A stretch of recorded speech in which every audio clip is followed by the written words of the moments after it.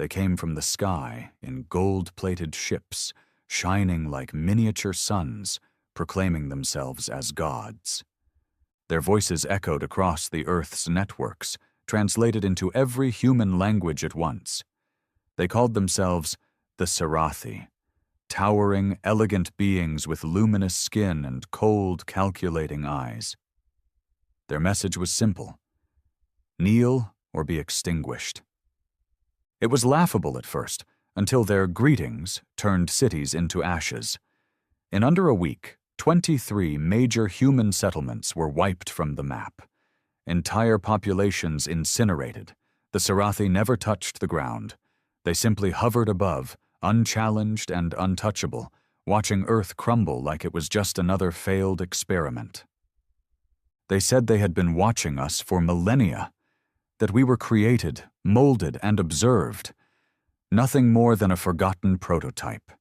They hadn't come for negotiation or peace. They came for dominance.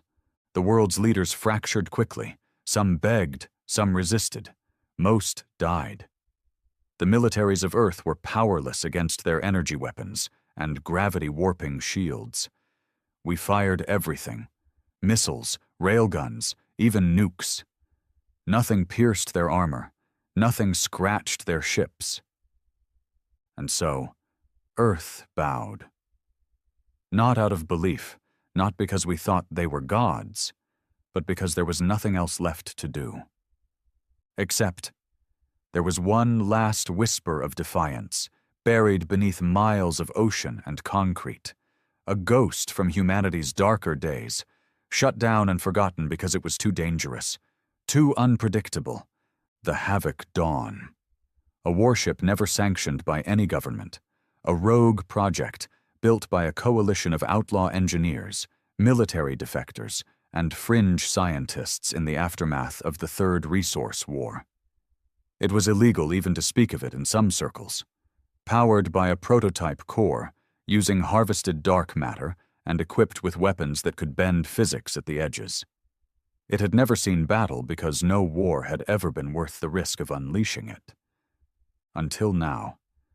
Buried in a reinforced underground hangar deep in the Mariana Trench, the Havoc Dawn lay dormant, until a small crew of surviving rebels reawakened it. They weren't soldiers anymore, just men who had lost everything. Families, homes, countries, nothing left to fear. Among them was Commander Rhett Ward, a man who had once led Earth's orbital defense fleet, before watching it get reduced to floating debris and dying screams. He was supposed to be retired. He had nothing left but ghosts and bitterness. But when the call came, he didn't hesitate. He descended into that cursed trench with nothing but silence and rage. Boots clanked against the old titanium deck as the ship hummed back to life. The AI core greeted them with static and warning alarms, its voice broken from decades of decay. The control room smelled like oil and rusted metal. Ward stood at the helm, watching power flicker to life across the system panels. The warship groaned like it remembered pain. "Time to show these gods what humans really are," he said, voice barely a whisper. They launched without fanfare. No speeches, no anthem, no last goodbyes. Just one message, broadcast on every frequency known to Earth and beyond. 5 words: "We never chose to kneel." The Sarathi didn't take it seriously. At first, one human vessel breaking Earth's surface, aiming itself directly at their flagship hovering over New Sydney. They scanned it, laughed at its primitive design, labeled it obsolete war garbage. Until it opened fire. Until the sky itself split. A single pulse weapon, codenamed the Obliterator, unleashed a kinetic storm that shattered the Sarathi mothership in under 6 seconds. There was no explosion, no debris, just silence. A god vessel turned into stardust. Panic spread through their fleet like infection.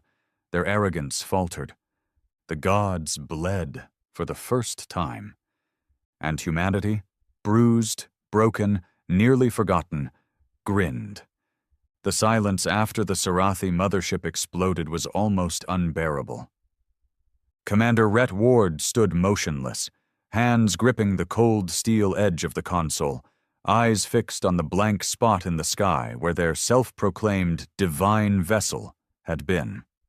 It was gone, vaporized, not reduced to rubble, erased like it had never existed.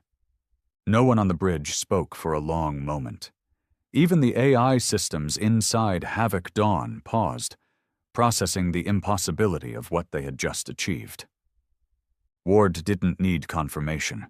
He saw the look in the crew's eyes, shock, disbelief, and something more powerful rising beneath it. Rage.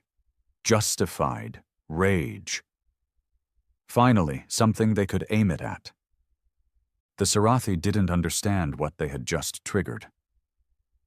A quiet beep broke the silence. "Incoming signals," said Braith, the communications officer, his voice low but trembling. "All over the grid. Military frequencies, civilian bands, even pirate networks. Everyone saw that." Ward nodded slowly. "Let them watch. They need to know." "They think we're back," Braith added, swallowing hard. "That Earth's fighting again." Ward's lips twisted into a bitter smirk. "We never stopped. We just ran out of weapons." The Havoc Dawn wasn't just a weapon. It was a grudge made of steel and fire, a revenge story built across decades of war, loss, and betrayal. He tapped into the command interface and pulled up the tactical display. Sarathi ships still hovered across the globe, but now they weren't moving. No new attacks, no annihilations, just stillness, hesitation, fear. Good. He scanned the global map. North America, 3 Sarathi command vessels. Europe, 5. Asia, 14, with 2 planetary orbitals. The rest were scattered, patrolling, watching, waiting, or maybe wondering if they could bleed too. "I want tactical scans of every Sarathi ship within our reach. Prioritize flagships and planetary relays," Ward ordered. "Target their communication arrays, not their engines. Let them watch the next one burn." Braith nodded, fingers flying across his console. "On it." Beside him, Kelvin, the engineer who had helped design parts of the Dawn, whistled low. "You realize what we just did, right? That wasn't just a ship, Commander. That was their holy ark, their floating throne." "Then we made a proper sacrifice," Ward muttered. He knew better than to think they could just waltz through the Sarathi fleet like a hot knife through butter. That first strike had worked because they hadn't seen it coming. Because they were arrogant. That wouldn't last. Now the gods were angry. Sure enough, 2 Sarathi vessels began moving from orbit, descending toward the Atlantic. Sleek, crescent-shaped things made from white alloy that shimmered like water. Ward's hood showed them changing formation, tight, aggressive. Their shields pulsed with visible energy now. No more disguises. "They're coming," Braith confirmed. "ETA, 5 minutes." Ward cracked his neck and turned to the rest of the bridge. "Stations. Battle mode. We'll make them earn every second they spend in our skies." Havoc Dawn groaned to life, as though it too understood what was coming. The ship's interior shifted, bulkheads closing, lighting dimming to combat red. G-forces adjusted. Every sound now carried a sharpness, an edge that hadn't been there minutes ago. Kelvin stood over the weapons console. "Bringing primary railguns online. Gravity lance charging. Obliterator still needs a few hours before we can fire again." "Then we improvise," Ward said grimly. The Sarathi descended fast, streaking through cloud banks like falling stars. Within seconds, they were in range. The entire ship trembled as a surge of plasma energy splashed harmlessly against the Dawn's hardened shields. Ward smiled. They still didn't get it. He spoke calmly. Return fire. Give them a taste. The main guns roared, twin rail cannons firing hyperdense projectiles that tore through sound and light like the breath of hell. One of the Sarathi ships banked sharply, trying to dodge. It didn't matter. The slug caught the underside of its hull and exploded in a blossom of blue flame. The gods screamed. Ward listened to the chaos on the open channels. Alien shrieks, panic, confused commands. Then silence as one of the ships lost power and fell into the Atlantic like a stone. A column of water rose hundreds of meters into the air. The second ship kept firing, its blasts rattling the dawn harder now. Warning lights blinked across the command panel. One of the rear stabilizers was overheating. Another direct hit, and they'd be flying on a prayer. Ward turned to his tactical officer. Lure it in, make it chase, then give it hell with the lance. The dawn pivoted, burning through clouds like a meteor. The Sarathi ship gave pursuit, throwing energy bolts like a furious godchild. The ocean below boiled where they landed, but the human warship kept moving, drawing the alien vessel lower, tighter. Then came the moment. A flash in the distance, a cliff face with exposed iron deposits, the magnetic field perfect. Now, Ward barked. The gravity lance fired. It didn't explode. It bent the world. The beam twisted reality itself, dragging the Sarathi ship into a sudden collapse of gravity that crushed its structure like a soda can. The vessel didn't explode. It crumpled, folded into itself, and vanished in a shriek of metal. The second so-called god was dead. Ward exhaled slowly. The entire ship went silent again, listening. That silence broke seconds later. Sarathi distress signals lighting up every frequency. "They're retreating," Braith whispered. "Commander, they're actually pulling back." Ward leaned on the railing, jaw tight. "Then we hit them harder. Send the message. Earth isn't kneeling. Not today, not ever again." Over the next 12 hours, Havoc Dawn became a ghost of vengeance. They moved like shadows, hunting down isolated Sarathi ships and striking with terrifying precision. Every kill was broadcast, not to gloat, but to remind the human race that their spirit wasn't extinct. The resistance wasn't an idea anymore. It was steel. It was fire. It was back. The AI stitched together a comms feed that fed into pirate satellites, dead military relays, and underground servers. Footage of Sarathi ships dying over major cities went viral in minutes. People hiding in bunkers started cheering. Forgotten soldiers resurfaced. Even rogue AIs, long silent, pinged the dawn with encrypted battle hymns. But the Sarathi weren't done. On the 13th hour, they unleashed something new, something worse. Adjudicator. That was the closest translation the Dawn's systems could find. Not just a ship, a mobile tribunal, a floating fortress built to pass final judgment. A relic from the Sarathi's old conquests. Even they hadn't used one in centuries. It emerged from the clouds above the Pacific like a storm god, 3 miles long, shields layered in temporal folds. Its voice rang through every device still alive on Earth. "Judgment has come. Your defiance ends here." Ward stared at the massive form blotting out the sky. Even Havoc Dawn looked like a child's toy next to it. Braith's voice cracked. "Sir, we can't hit that with what we've got." Ward didn't blink. "I'm not planning to." He turned to the AI interface. "Override limiters. Prepare core overload protocols." Kelvin's eyes widened. "You're not serious." Ward didn't flinch. "I'm dead serious. Core overload. A full detonation of the dark matter drive. Enough to create a local singularity. It would destroy the Dawn and anything in a 5-mile radius, including the Judicator. A suicide move, but a final strike worthy of ending a war.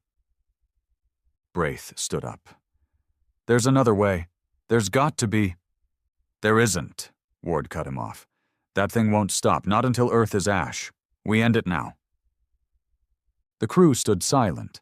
Every one of them had nothing left to lose. They nodded. Ward set the course. Straight through the Judicator's shields. As the engines roared to life, he activated one last broadcast. A single line. Even your gods bleed. Then he pressed the final code. But something unexpected happened. Just as the ship hit critical acceleration, as space itself began to distort, a flicker appeared on the Judicator's hull. Another ship. Small, human-made, a relic. One of Earth's early orbital defense fighters. Barely functional. A single pilot. It flew toward the Judicator at full speed. A kamikaze run.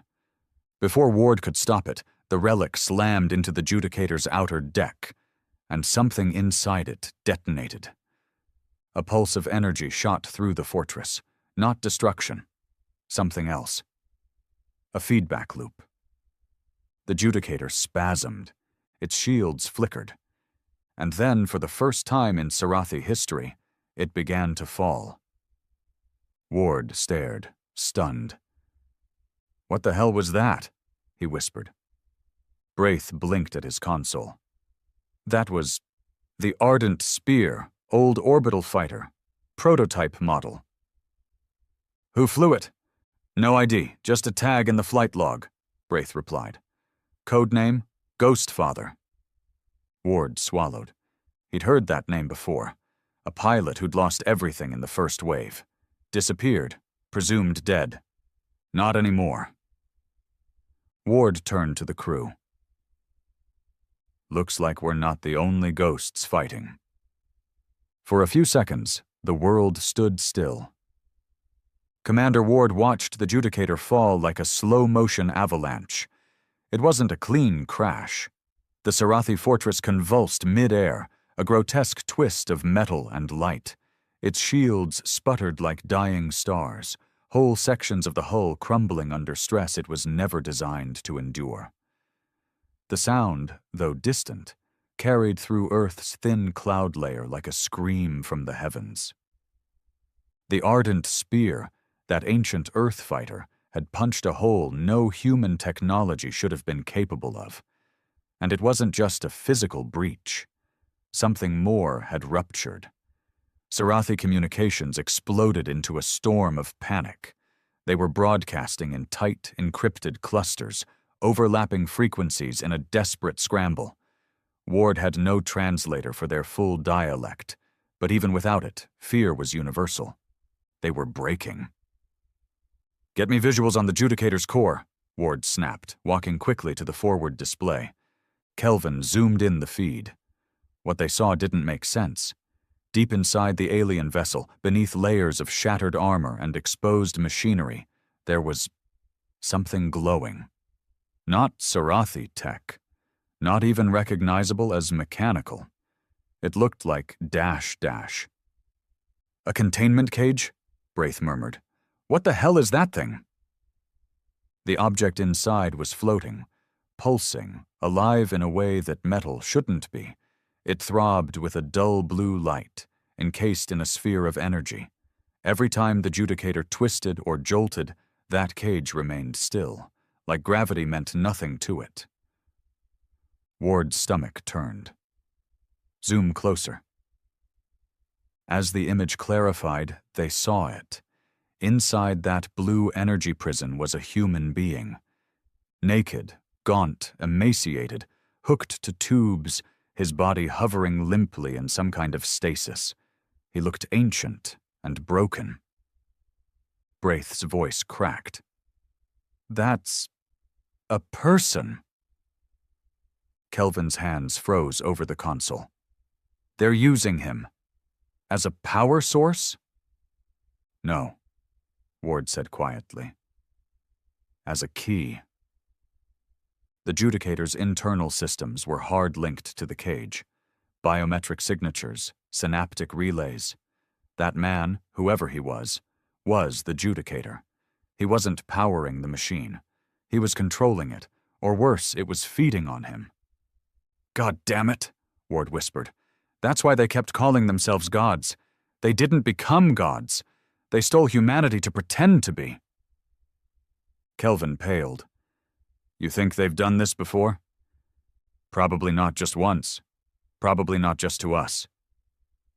It clicked. The arrogance, the fear when their ships started falling, the silence when their divine authority was questioned. The Sarathi weren't omnipotent. They were parasites. They found worlds, harvested their strongest manipulated minds, and turned them into living weapons. Then they wrapped it all in golden armor and told the survivors to kneel. Ward's fists clenched.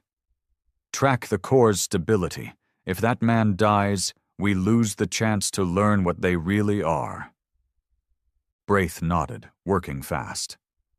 Judicator's falling slow now, stabilizing trajectory. They're trying to keep it airborne.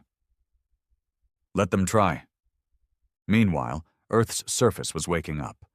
All over the globe, factions once divided by war, politics, and greed were pulling resources together.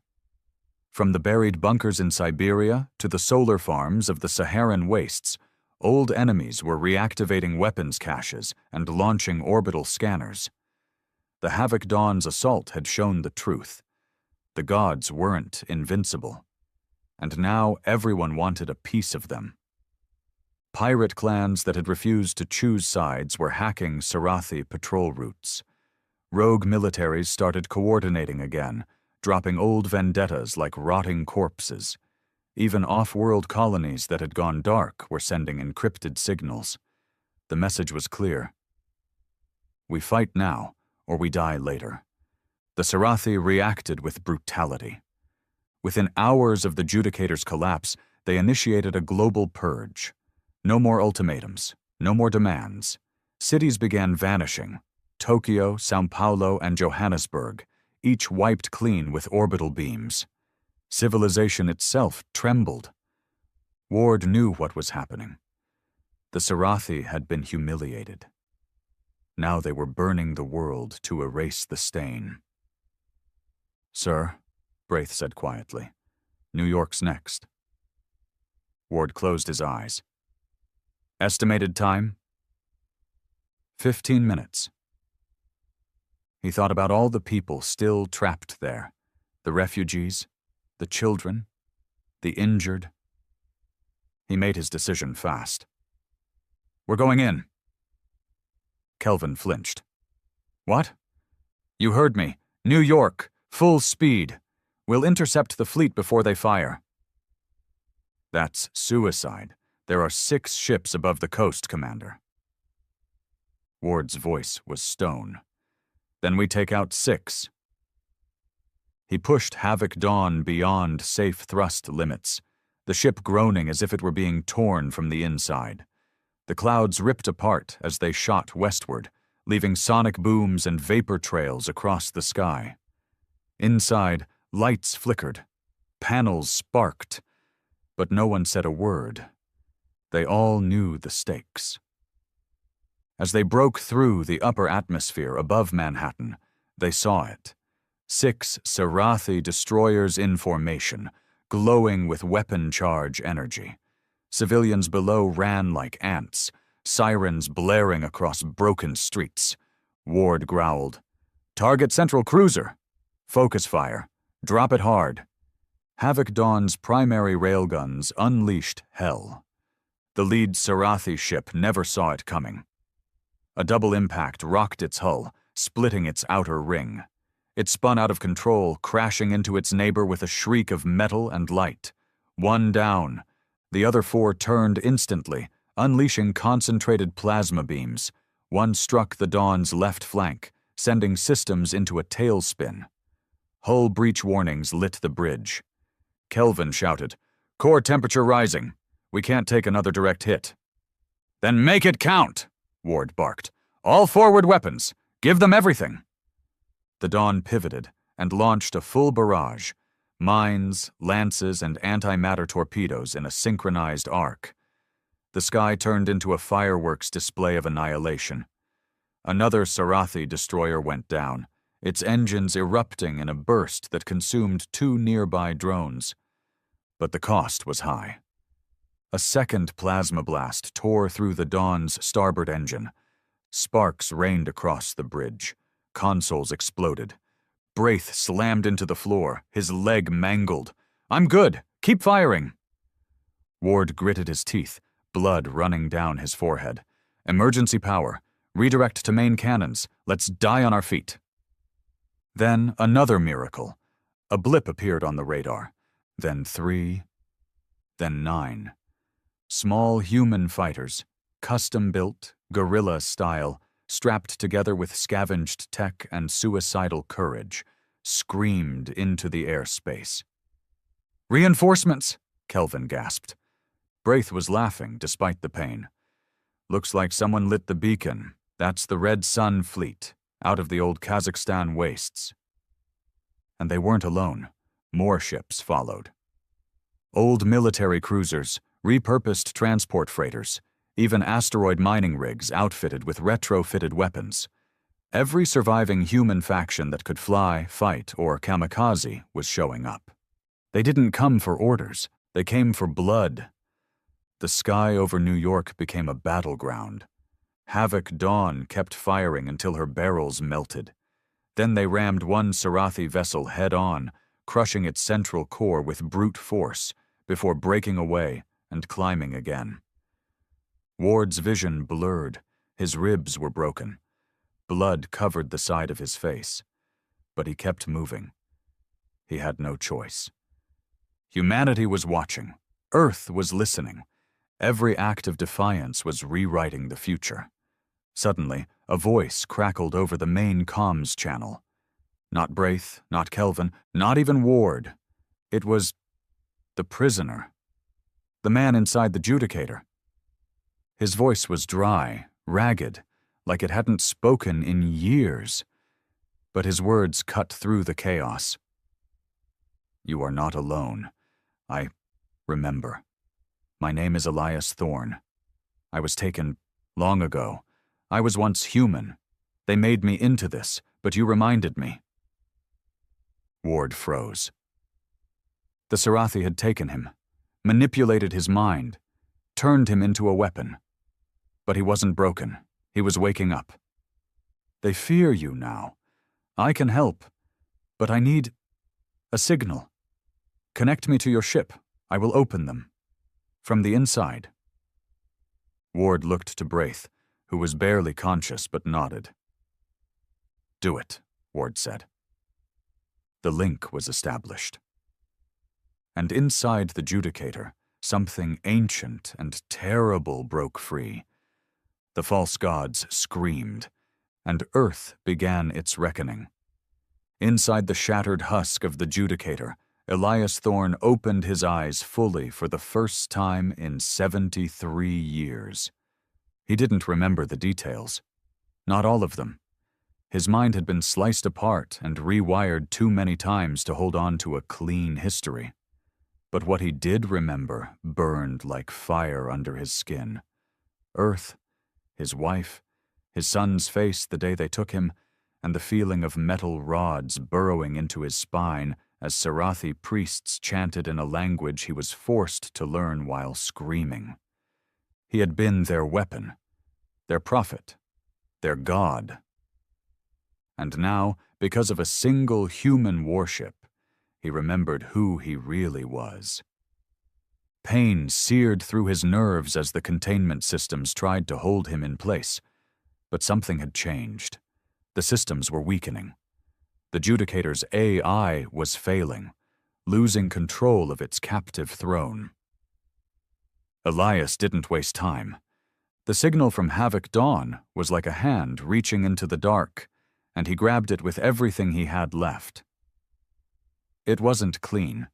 It was raw, violent code, a data pulse jacked straight into Sarathi control relays through hacked human systems.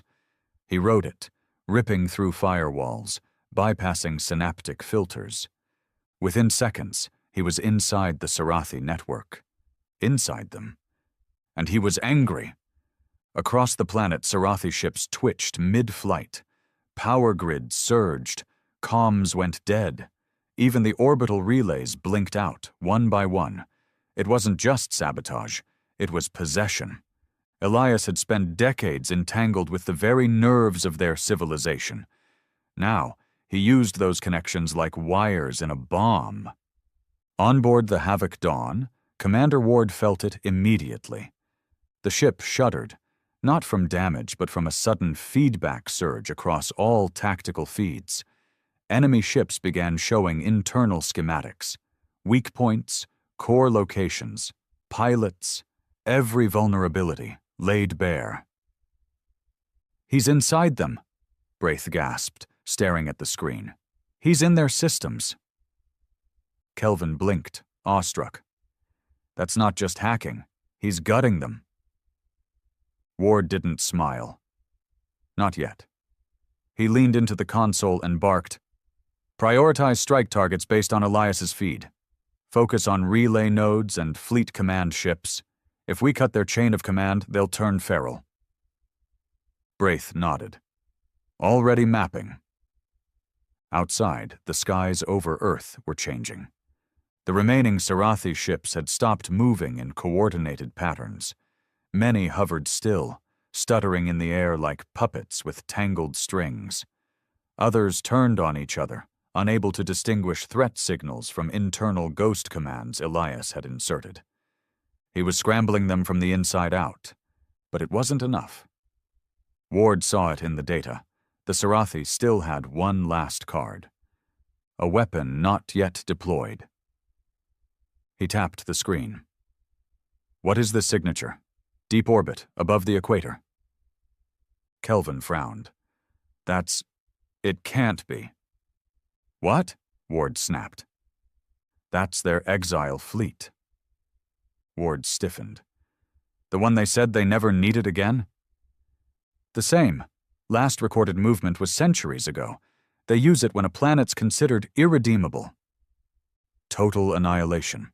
Kelvin nodded slowly. "It's a fleet of planet breakers, not for conquest, for erasure." Ward stared at the screen. At the 10 crimson blips slowly descending from deep space. "I want everything redirected. Everyone!" Braith coughed blood. "Sir, the planet's still burning.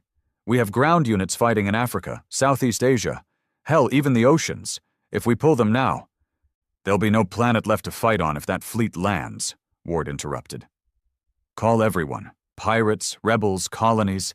This is the last wall." Kelvin whispered, "We won't survive it." "We're not supposed to," Ward replied. "We're supposed to make sure they never forget what happens when humans stop kneeling." He broadcast a final message. It played on every frequency. "Earth stands. Earth burns. Earth fights. Whatever you are, whatever you thought we are the species that kills its gods." And then, the skies above split. The exile fleet had arrived. Enormous rectangular behemoths, black as obsidian, silent as death, emerged from orbit, their surfaces rippling with gravitational distortions. They didn't glow. They didn't announce themselves. They just descended, indifferent to life below. The first wave fired. A portion of the Indian Ocean simply vanished, replaced by a vortex of collapsing water and fractured tectonic plates. Tsunamis erupted on every continent. Satellites fried.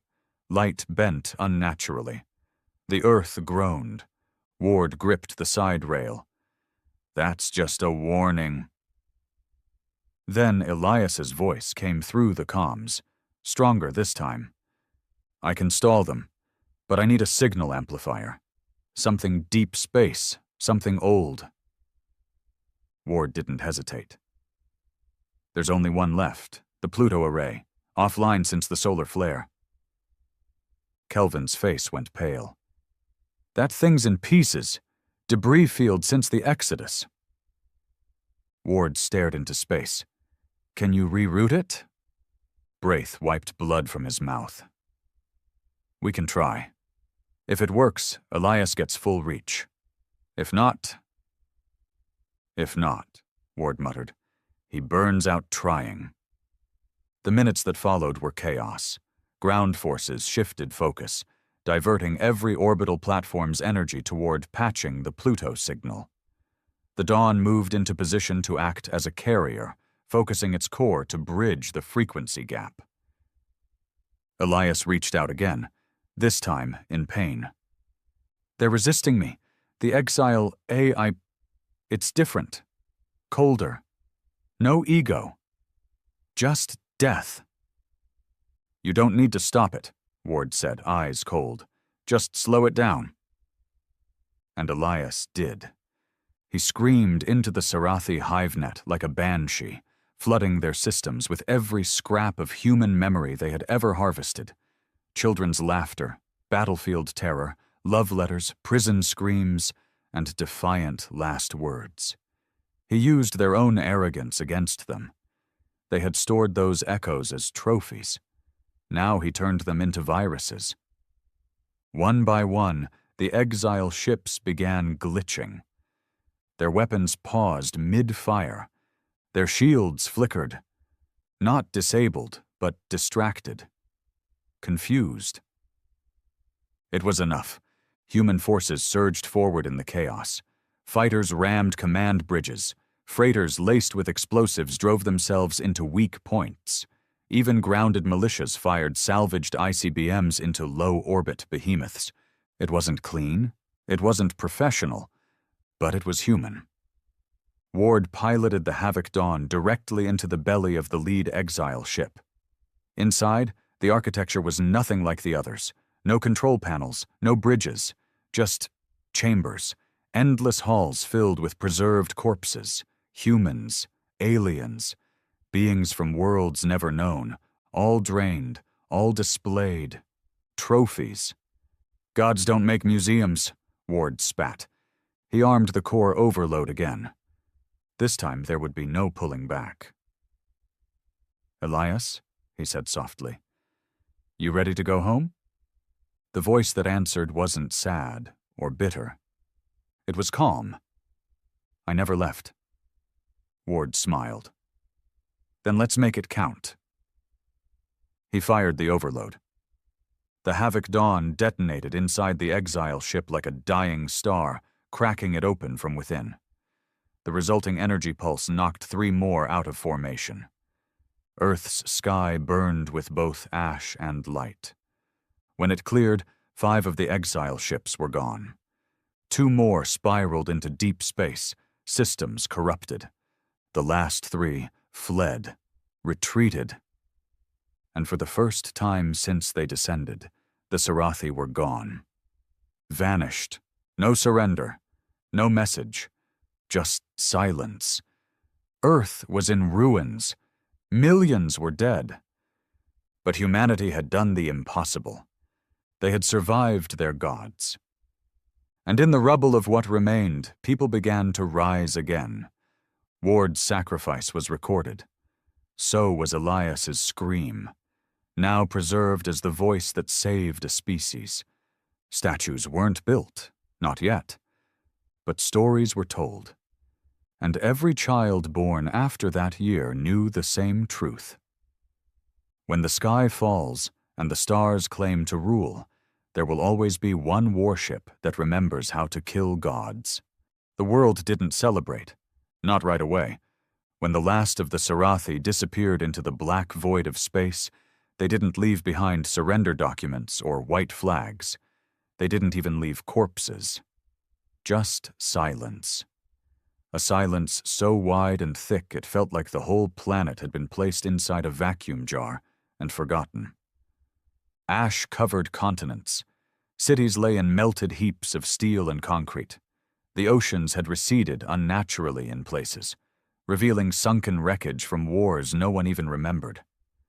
Entire regions were irradiated or left under perpetual electrical storms, and the sky, once blue, once full of birds and clouds, was now a canvas painted with black streaks and smoldering clouds. Humanity had won. But no one felt like winners. Commander Ward's name was now written in dozens of languages across the cracked remnants of Earth's still-standing walls. The man who broke heaven. Some called him a legend, others called him a martyr, but no one argued he'd been necessary. The Havoc Dawn was gone, reduced to a myth and dust in orbit. But pieces of her, salvaged wreckage and fried core parts, were retrieved by survivors. Soldiers treated her like a shrine, placing them in makeshift temples and rebel compounds like they were sacred bones. Yet, even as Earth buried its dead and limped forward, something new crept in. It started with the Judicator's remains. After Elias Thorne's intervention and the exile fleet's retreat, his containment cage had shattered, freeing what was left of his broken body. A scavenger team found him unconscious, his skin burned and tissue fused to what remained of the Sarathi hardware. They didn't know what to do with him. He wasn't human anymore, not fully. But he wasn't alien either. And worst of all, he was still alive. He was taken to a secure facility, buried in the Scandinavian ice shelf, monitored around the clock.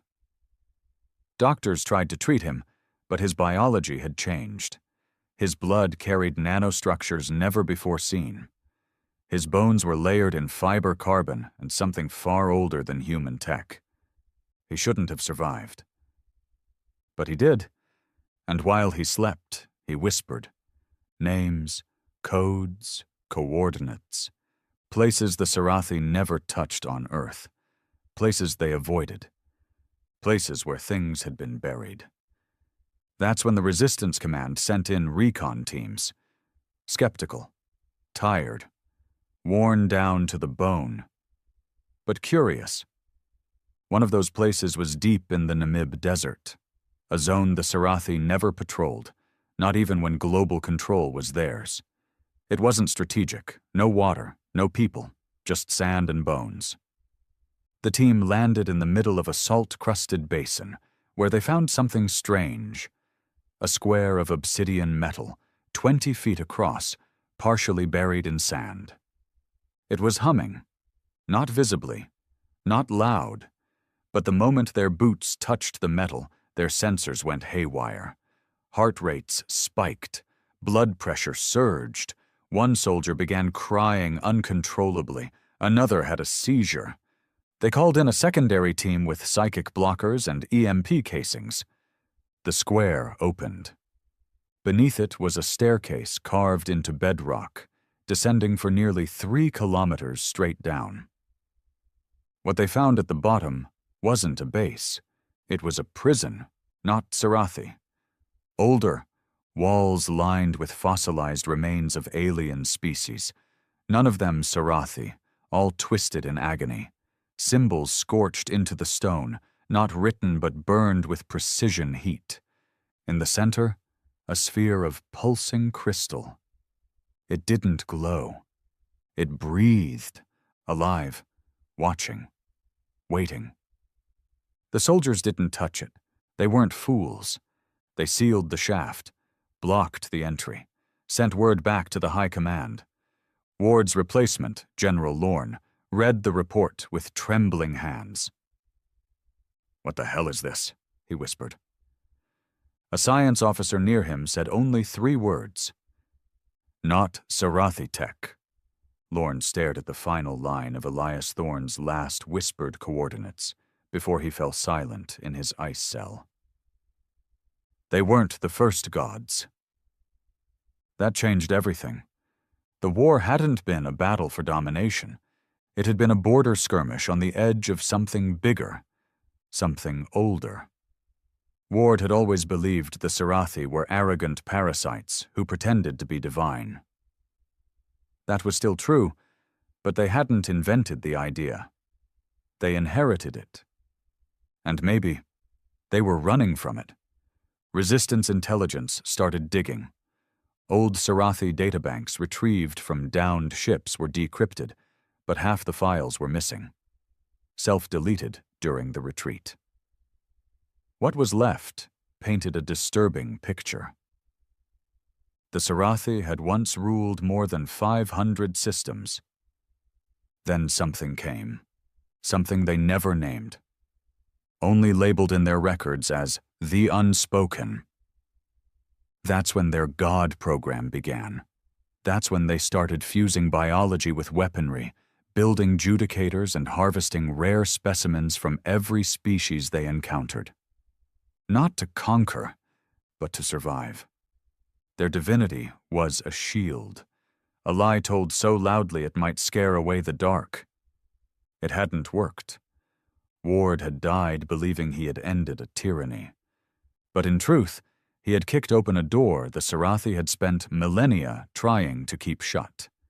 Now humanity stood in front of that door, bloodied, limping, furious, and the only question left was, do we close it again, or do we walk through? On the third week after the end of the war, a probe sent to the far edges of the solar system picked up a faint signal. Not Sarathi. Older. Broadcast on a frequency not used by any known civilization. The message repeated only one phrase in perfect English. Earth has passed the threshold. The trial begins. That night, the stars blinked. Literally. For 3 full seconds, every known star visible from Earth dimmed simultaneously. Astronomers were baffled. Physicists were terrified. And deep in his frozen chamber, Elias Thorne opened his eyes again. This time, they glowed. The Resistance Council wanted to destroy him. Some said he was compromised, a leftover tool from the Sarathi, a sleeper weapon. But not all agreed. Dr. Mireya Flynn, one of Earth's few surviving quantum neurologists, insisted he was their only link to whatever was coming. She argued he could feel the direction of the next threat. Elias didn't argue. He just asked for one thing. Let me leave. Flynn frowned. Why? His voice was hoarse. Because I know where they're coming from. She leaned closer. The Sarathi? Elias shook his head slowly. No. The ones the Sarathi feared. Word spread fast. All over Earth, whispers started to take shape. Some believed it was another invasion. Others said it was judgment, an ancient cosmic test. But the men and women who had fought in the skies, in the dirt, and in the black of space, they didn't care what it was called. They were building again, not cities, not peace, but warships. Because Earth wasn't going to hide this time. They had shattered the illusion of gods once. They could do it again. But now they knew one thing for certain. Some monsters don't want worship. They want silence. And when that silence is broken, they come. It started in whispers. A technician on the Mars relay station swore she heard voices in the static. Ones that spoke in perfect sync with her thoughts. On Ceres, a mining foreman reported dreams of cities he'd never seen, burning under black suns. A child in northern Canada sketched the same symbol over and over in the snow, a triangle with an eye hollowed out by darkness. No pupils, no iris, just emptiness.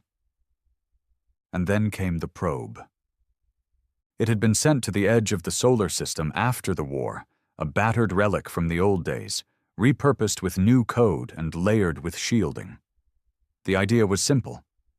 Find signs of the retreating Sarathi, track their flight, maybe catch a glimpse of their homeworld, if one even existed. What it found instead was absence, not silence. Absence. There was no radiation beyond Neptune, no heat, no gravitational lensing, no starlight. Just a void, a perfect black hole in space where the laws of physics refused to cooperate. The probe's last transmission was 2 words. Something's watching. Then it was gone. Back on Earth, General Lorne slammed his fist on the conference table hard enough to split his knuckles.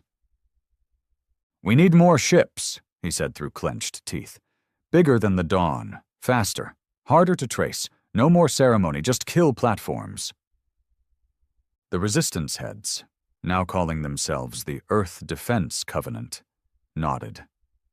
Their leader, a woman named Admiral Vaden, leaned forward. "You'll get them. But we also need eyes. Whatever's out there doesn't want to be seen. That makes it more dangerous than the Sarathi ever were." "And Elias?" asked a grizzled veteran from the South American Corps. Everyone turned. They all knew the question had to come eventually. Elias Thorne had been moved from the Scandinavian ice cell to a high-orbit facility known as Black Echo, built into the side of a long-dead comet, outfitted with the most secure protocols left in human engineering. He hadn't spoken in days, not until today. Dr. Mireya Flynn stood in the observation room, looking down through reinforced glass at what used to be a man. Elias sat cross-legged on the floor, his eyes half shut, breathing steady. There were no restraints, none were needed. He never tried to leave, never even approached the doors. But everyone knew he could. "Are they coming?" she asked softly, watching him through the intercom. Elias didn't open his eyes. They never left. She frowned. "Then what are they?" He opened his mouth slowly. The words came like rocks dragging across stone. "They are the architects." The room fell silent. She blinked. "The Sarathi?" He shook his head. "The ones who built the Sarathi and broke them. The ones who wrote the laws your atoms obey. The ones who punish defiance not with death, but with purpose." Flynn's skin went cold. "That doesn't make sense." Elias finally looked at her. His irises were black now. Not from modification, not from corruption, from knowing. "That's the point." The Covenant convened emergency session within the hour. They ran the name Architects through every database, every intercepted Sarathi file, even ancient human mythology. There were no matches. Nothing even close. The name wasn't a label. It was a warning. Ward had believed the Sarathi were pretenders. Parasites who called themselves gods. That was true. But the reason they called themselves gods was because they remembered what real ones looked like. And they had been hiding from them ever since. The signal from beyond Neptune returned again 3 days later. This time it wasn't words. It was a vision. Projected across every surviving communication screen, hijacked without warning. Even machines not powered by traditional circuitry flickered with it. An image, Earth as seen from orbit. Then, slowly, every living human, everyone, was peeled away from the image one by one. No screams, no blood, just erased. The Earth turned gray, then black, then gone. The vision ended. No threats, no demands. Just a demonstration, a possibility. The message was clear. This is what we do. Earth responded in the only way it knew how. By building. The world became a forge. Every continent turned into a production line. Ships began taking shape under pressure domes and volcanic caves. Engines bigger than city blocks were tested in secret tunnels. Crews were trained not for war, but for extinction-level resistance. No more pride, no more borders. Humanity finally understood that survival required unity fueled by fear. But Elias Thorne remained quiet. Until the 11th day. When the stars blinked again.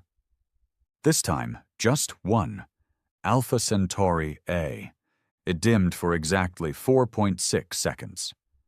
Long enough to be noticed, short enough to make everyone wonder if they imagined it.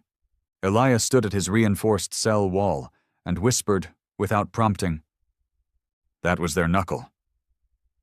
Flynn stared. "What?" He turned toward her slowly. "The next will be their fist." It took all of 2 hours for Earth's long-range scanners to detect the ripple, a gravitational anomaly the size of Jupiter moving slowly toward the solar system. Speed: unknown. Shape: unreadable. Heat signature: none. It wasn't a ship. It was space that moved, space that bent, a thing so massive and old it no longer registered as mass, but as meaning. Flynn went to Elias again. "You knew this was coming." "Yes." "Why didn't you say anything?" He looked through her, not at her. "Because saying it doesn't stop it. Only preparing does." She stepped closer. "Then help us prepare." He finally smiled. It wasn't a warm smile. It was the smile of a man who had died and come back wrong. "Then you need to stop thinking like humans." Over the next 2 weeks, Elias taught Earth things it wasn't ready to learn. About quantum will, the idea that thought, when weaponized properly, could bend localized reality. About conscious machines that wrote their own purpose. About war forms, entities that didn't fight with weapons, but with inevitability. He drew designs for weapons no scientist understood. He described beings with no mass and infinite gravity. He whispered of languages spoken by vibrating dimensions. And Earth listened. Even the doubters listened, because the anomaly kept coming. Closer. Always closer. And then, on the 27th day after the Sarathi retreat, Elias finally gave the last piece. He drew a symbol on the floor of his cell, a perfect circle split by a diagonal line. He tapped it once. This was on their skin. Flynn frowned. "Who?" He stared into space. "The first human they took. The one we never found. The one who joined them." Flynn froze. "You're saying—" Elias nodded once. "They have a human now, just like the Sarathi had me." Her voice broke. "Who?" He whispered a name, and her blood ran cold. "Ward." It didn't make sense. Commander Rhett Ward was dead. Every record confirmed it. His ship, the Havoc Dawn, had detonated inside the exile ship in a final, calculated act of suicide. No escape pod had launched. No emergency beacon had fired. Not a single atom of his DNA had been recovered in the debris field. And yet Elias Thorne had spoken his name. Software calm. Certain. "They have Ward." The moment those words left his lips, the temperature in the black Echo observation deck dropped by 10 degrees. Dr. Mireya Flynn stood frozen, heart thudding in her chest. Not from fear, from betrayal. Ward wasn't just a hero. He had become Earth's symbol of survival. The myth. The ghost. The firebrand who lit humanity's rage. If Elias was right, then the gods hadn't just returned. They'd recruited Earth's finest. "You need to explain," she said finally, her voice raw. "Start from the beginning." Elias didn't look at her. He looked past her, into something only he could see. "When I was fused to the Judicator, my mind was linked to the Sarathi neural lattice. But beyond their lattice, deeper, there was something beneath them, a sublayer, a web so old it wasn't coded. It was felt." Flynn frowned. "What does that mean?" They weren't alone. They never were. There was always something above them, And one day, during a deep scan, I felt a presence enter the web. New, furious, powerful. His eyes locked with hers. It was human. Flynn's throat tightened. You're saying Ward's alive? Alive, but changed. They don't use flesh the way we do. They rewrite, they unmake, they give you the illusion of choice, but it's all scaffolding. Underneath, he's still himself, but cracked, like a mirror reflecting something it was never meant to hold. Flynn stepped back, disbelief scraping at her reason. Ward would never serve them. Elias's voice dropped. That's what makes him dangerous. The Earth Defense Covenant didn't take long to act. Within 12 hours, Admiral Vaden issued Directive Shadowglass, an absolute lockdown on all files relating to Ward, the Havoc Dawn, or any remnants of the Exile wreckage. Anyone who so much as whispered the word architects without clearance faced permanent exile to off-world mining colonies. They weren't trying to silence the truth. They were trying to buy time.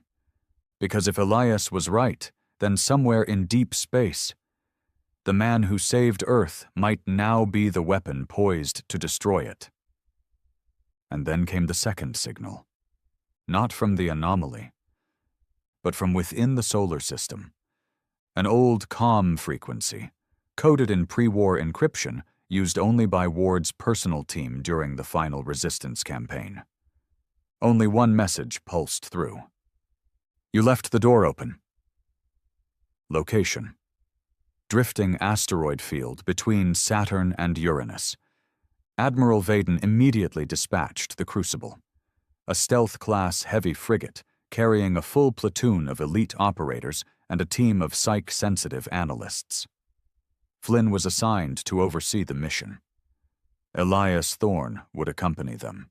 He was chained in 13 layers of containment metal, each designed to fracture at the first sign of psychic contamination. None of the soldiers dared to look him in the eye. When they reached the coordinates, the asteroid field wasn't a field at all.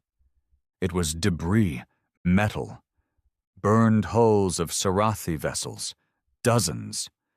But there were no signs of battle, no scorch marks, no plasma residue, just decay, like time itself had folded around them and drained the energy out.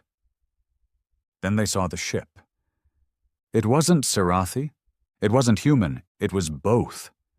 A twisted hybrid of Havoc Dawn architecture and alien alloy, sleek, unnatural geometry fused with brutalist steel. It hovered silently among the asteroids, not powered, breathing. Lights pulsed like heartbeats. Shapes moved behind the reinforced glass.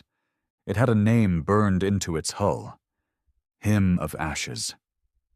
Flynn whispered, "That's Ward's handwriting." Elias didn't speak. He just stared. And then the ship opened. No external mechanism, no signal. It simply split, like skin parting over a scar. They entered slowly. Inside, it was wrong. Gravity pulsed in waves. Time seemed fractured. Their suits flickered with conflicting data. What should have been a 20-meter corridor extended for miles. Blood drifted through the air, suspended in perfect globes. And then they found the room. A cathedral. Metal pews, a long black altar. At the far end, hovering, was a figure in an EVA suit stripped of identification, helmet cracked, face obscured by misted glass. But everyone knew. Flynn stepped forward. "Commander Ward?" The figure didn't move, didn't breathe. Elias stepped beside her. He looked into the misted glass and smiled. "You remember me?" The figure twitched, and then it spoke. Not with sound, with echo. Every crew member heard the same words, in their native tongue, in their private thoughts. "We were never meant to survive." Flynn's knees buckled. She grabbed the wall, gasping. The ship trembled. Elias stepped closer, speaking aloud now. "Why did you let them take you?" The echo came again. "I didn't. I followed them." Flynn's voice cracked. "Why?" This time there was silence. Then, a low hum, and a memory entered their minds, projected like a nightmare film. Ward, inside the core of the exile ship. Not dying, transcending, not through choice, through force. The moment before the Dawn's core detonated, the exile ship opened a gate, not physical, temporal, and Ward was pulled through, not to be saved. To be rewritten, and he had let it happen. Because in that moment he had seen the truth. The architects weren't conquerors, they were reminders of a universal rule older than time. All light must kneel, and Ward had decided that humanity had lit its fire too brightly.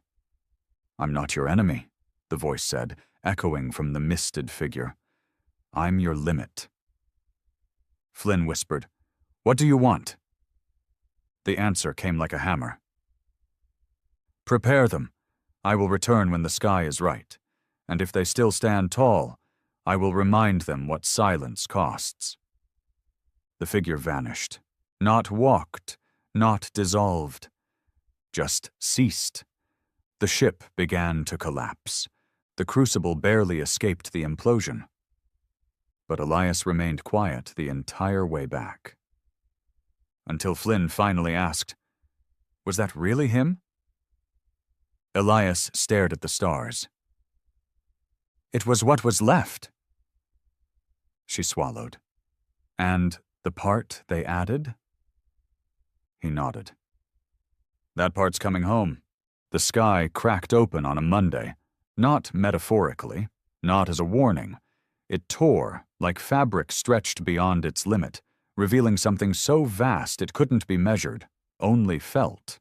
Astronomers reported a curvature ripple across the entire upper hemisphere, visible from both poles, appearing like a second atmosphere boiling beneath the first. Birds fell from the air. GPS died. Tides surged out of sync. People screamed without knowing why. And then came the sound. It wasn't thunder or machinery. It was the sound of recognition, a low, layered hum that vibrated in the bones, in the blood, in the parts of the brain humans didn't use anymore. The architects had arrived, not in ships, not in bodies, in presence. Across the globe the lights went out, electronics failed, timekeeping stopped making sense. The moon dimmed, not because it wasn't reflecting sunlight, but because sunlight itself flickered. At Black Echo, the containment glass around Elias Thorne shattered, not from explosion, but from release. He stood up calmly, eyes aglow, voice sharp. "They're here!" Dr. Mireya Flynn was already in motion. "Can we stop them?" Elias turned slowly, more human than he'd looked in weeks. "No." She froze. "Then what the hell are we supposed to do?" He stepped forward, breathing evenly. "Buy time. Delay extinction. Rage against inevitability. Isn't that what humans are best at?" Outside the orbiting station, Earth's planetary defense grid came alive. Rail cannons, orbital mines, even repurposed Sarathi energy siphons. Everything had been recalibrated under Elias's instruction. It wouldn't kill what was coming, but it might wound it. And then came the hymn of ashes. The hybrid ship, part Sarathi, part human, descended from behind Mars like a black comet. It wasn't running, it was leading. Inside it, Commander Ward. What was left of him? Gone was the flesh, the bone, the scars of his sacrifice. In their place, something forged. He wore no armor. His skin shimmered like heat against metal, His voice, when he spoke, echoed even without sound. He broadcast a single message on every surviving Earth channel. You were given your moment. Now I return to finish the silence. Flynn watched from the surface command bunker in northern Greenland, her knuckles white on the edge of the console. He's broadcasting from lunar orbit. Intercept? A tech asked. No, she whispered. Let him speak. Ward's voice cut across the atmosphere like scripture. I carried your name into fire. I bled for your flag. I shattered gods for you. And when I saw what was above them, I knew the truth. You weren't meant to endure. You were meant to echo, then end. I am that end. All over the world, humans prepared to die. But they did not kneel. In Cairo, child soldiers armed with scavenged Sarathi tech loaded EMP rifles and recited ancient war chants. In South Korea, a militia formed entirely of orphans stood on rooftops, missiles strapped to their backs.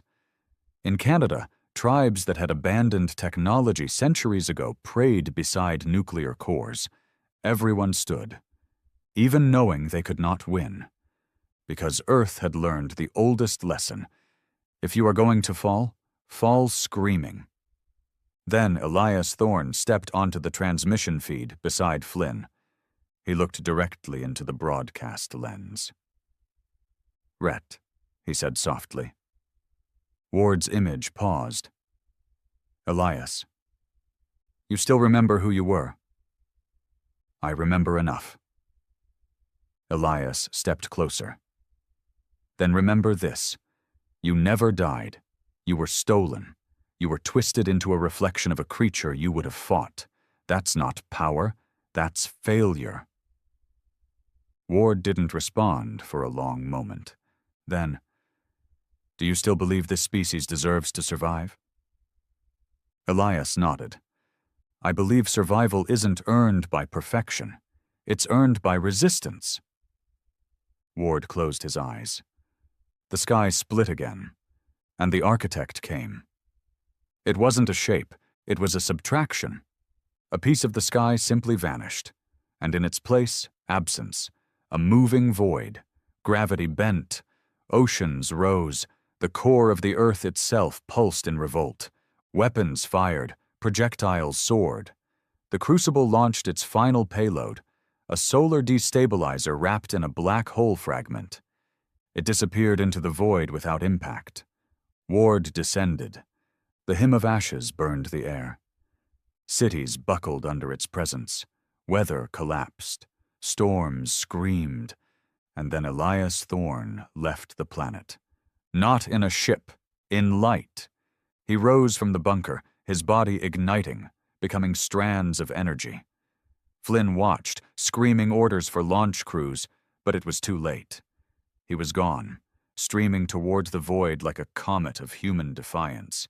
Inside the hymn, Ward opened his arms, welcoming him. Their clash cracked the upper atmosphere. No one saw what happened between them. No sensor could record it. But the world felt it. For a moment, time stopped. And then the void screamed. The architect recoiled. The hymn exploded in a blossom of molten light. Ward's scream, pure human rage, echoed across the frequencies one last time. Remember us. And then the sky was blue again. Not clean, not calm, but real. The void was gone. The architect, for now, had withdrawn. Earth lay in ruins. Half the planet burned. The other half starved. But humanity had done what no species ever had. It made a god bleed. And when the dust settled, Dr. Mireya Flynn stood alone in the ashes of the northern bunker, the world quiet around her. She raised a transmitter to her mouth. Log this, she said. Date unknown. Sky cracked. Faith intact. They came to end us. They left with a scar. She paused, then whispered into the mic. For Ward. For Elias. For every forgotten name. She turned to the horizon, where a new warship was being constructed. Bigger. Stronger. Carved with one phrase in every known language, "We never kneel."